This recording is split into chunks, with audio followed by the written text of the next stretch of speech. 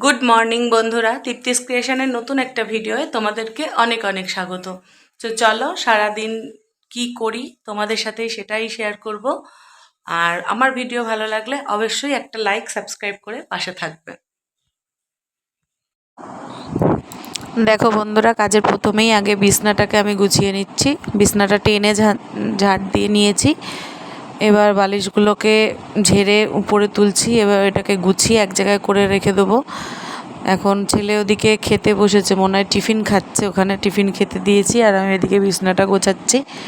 আর বর চলে গেছে কাজে, তো এক এক করে আমার সব কাজ সারতে হবে। বালিশগুলো জায়গায় রেখে দেবো। দেখো ক্যামেরাটা কেমন আপ ডাউন করছে, কেন কে জানে এরম করে, বুঝতে পারি না। মানে রাখার সমস্যা নাকি ক্যামেরার সমস্যা বুঝতে পারছি না, বারবার আপ ডাউন হচ্ছে।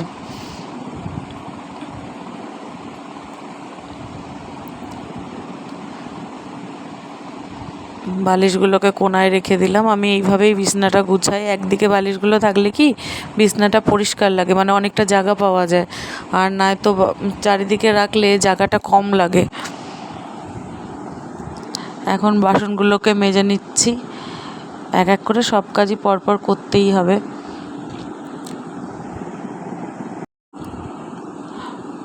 আমরা মেয়েরা না দু রকমের হই বন্ধুরা। এক তো হয় যারা আমাদের মতন ঘরোয়া, অন্যের নিজেদের মতামতের কোনো দাম নেই, যা বলছে তাই চলছে, যে যেরম রাখছে সেরম চলছে। আরেক ধরনের হয় সমাজ যাদের বাচাল, বেয়াদব, বেপরোয়া বলে, আমি মনে করি তারাই ভালো। অন্তত তারা নিজেদের মনের মতো করে চলতে তো পারে, নিজেদের মনে যেটা ইচ্ছা করে সেটা করতে তো পারে।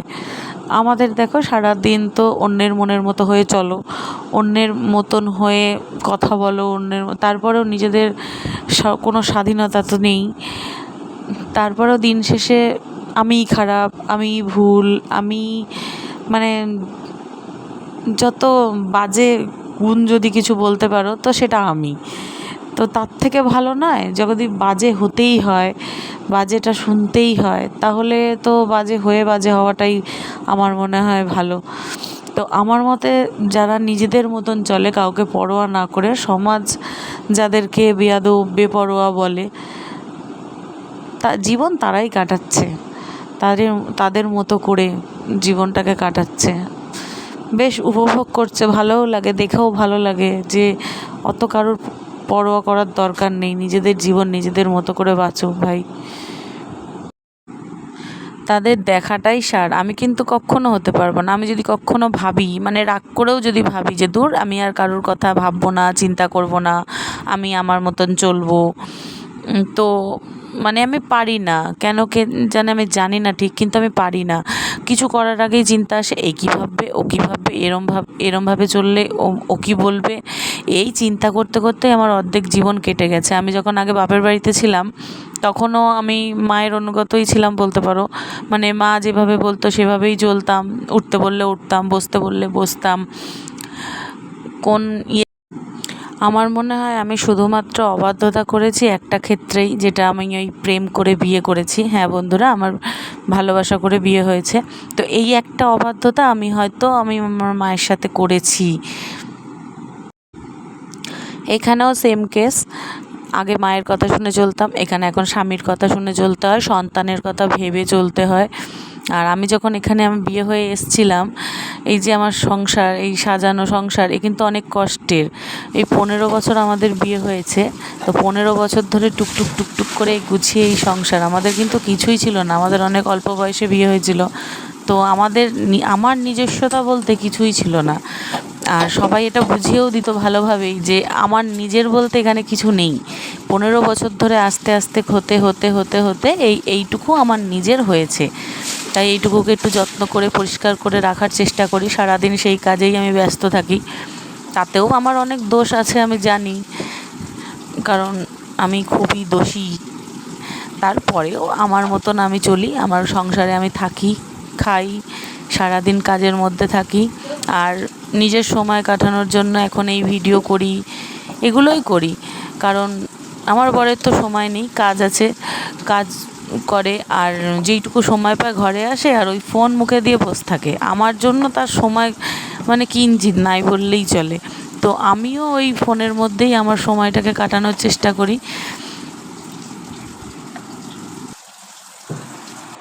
আগে যখন বয়স আমার অল্প ছিল, মানে তখন সেই ম্যাচুরিটি লেভেলটা তো আমার আসেনি। তখন অনেক এক্সপেকটেশন ছিল যে এই কাজ থেকে আসবি, একসাথে গল্প করব বা কোথাও ঘুরতে যাব, বেশি না একটু এদিক ওদিক ঘুরে আসব। কিন্তু আমি দেখতাম ও কাজ থেকে এসে মাঠে যেতে, বন্ধু বান্ধবের সাথে আড্ডা মারতে বেশি স্বাচ্ছন্দ্য বোধ করতো। তো সেই নিয়ে অনেক ঝগড়াও হতো, অশান্তিও হতো। তারপরে এখন আমি সেই এক্সপেকটেশন ছেড়ে দিয়েছি। আমার মনে হলো যে প্রয়োজনের অতিরিক্ত এক্সপেকটেশন রাখাটাই হয়তো দুঃখের কারণ। তো এখন আর আমার কোনো এক্সপেকটেশন রাখি না। হ্যাঁ, যেটুকু হয় আড্ডাই আর কি, ওইটুকু তো নর্মাল, সংসার করতে গেলে হবেই। আর তাছাড়া ও ওর ফোন নিয়ে ব্যস্ত থাকে, ও তার মধ্যেই নিজের মানসিক শান্তি খুঁজে পায়। আর আমিও এখন আর ডিস্টার্ব করি না, এক্সপেকটেশনও রাখি না। আমিও আমার মতন নিজের মানসিক শান্তি খুঁজে নিই, এই ভিডিও করি, ফোন দেখি, এইসবের মধ্যে খুঁজে নিই। তারপরে এখন ছেলে আছে, কোথাও বেরোতে ইচ্ছা করলে ছেলে আমার বন্ধুর মতনই, ওর সাথেই বেরিয়ে যাই। দেখা গেল একটু ফুচকা খেতে ইচ্ছা করলো, আমি আর আমার ছেলে দুজন মিলে গিয়ে একটু ফুচকা খেয়ে চলে এলাম বা একটু ঘুরে চলে এলাম। আমরা এখন দুজনে মিলেই সময় কাটাই। মানে আমার আর সেই এক্সপেকটেশনের জায়গাটা আর নেই, মানে বড় হয়ে গেছি হয়তো। তো চলো, দেখো তোমাদের সাথে গল্প করতে করতে স্নান করে চলে এলাম। এখন পুজো দেব। পুজোর সব গুছিয়ে গাছিয়ে নিয়েছি, ঠাকুরের বাসনটা ধুয়ে এনেছি বাইরে থেকে। ঠাকুরের বাসন ধোয়ার আমার জায়গা নেই, আসলে আমি যেখানে বাসন মাজি সেখানে আমি ঠাকুরের বাসনটা ধুতে পারি না, তো এটা রাস্তার কল দিয়ে ধুয়ে নিয়ে আসি। আর এই এখন ঠাকুর পরিষ্কার করে পুজোটা দিয়ে নেব। পুজোটা দিয়ে নিয়ে রান্না করব। দেখো, আমি আগে ঠাকুরগুলো পুছে নিচ্ছি। আমার ঠাকুরের জায়গাটা আসলে বড্ড ছোট। আগে তো এইটুকুও ছিল না, এখন হয়েছে। এইটুকু জায়গা অন্তত আমি ঠাকুরের জন্য করতে পেরেছি এত বছর ধরে। আগে তো দুটো তিনটে ইটের ওপরে আমি প্রথম ঠাকুর পেতেছিলাম, তখন আমার এত ঠাকুরও ছিল না। এই যে শিবলিঙ্গটা দেখছো, এটাই শুধু রেখে আমি পুজো করতাম। কিন্তু আমার সংসারের প্রথম থেকেই আমার একটা ঠাকুরের জায়গা বাঁধা ধরা ছিল, কিন্তু শুধু এই শিব ঠাকুরটাই আমার ছিল। তারপরে আস্তে আস্তে লক্ষ্মী ঠাকুর কেনা হলো, তারপরে পুজো দেওয়া শুরু হলো। তারপরে আস্তে আস্তে আরও ঠাকুর বাড়ালাম, ঠাকুর পুজো নিয়ম করে দেওয়া শুরু হলো। মানে আমি যখন ঠাকুর পেতেছিলাম তখন এই যে বছরের যে কোজাগরি লক্ষ্মী পুজো হয় সেটা কিন্তু করতাম না, পরে আস্তে আস্তে সেগুলো করা শুরু করলাম। তারপরে আমার সংসারের এই যে আমার ঠাকুরের জায়গাটা আমি আস্তে আস্তে তৈরি করেছি।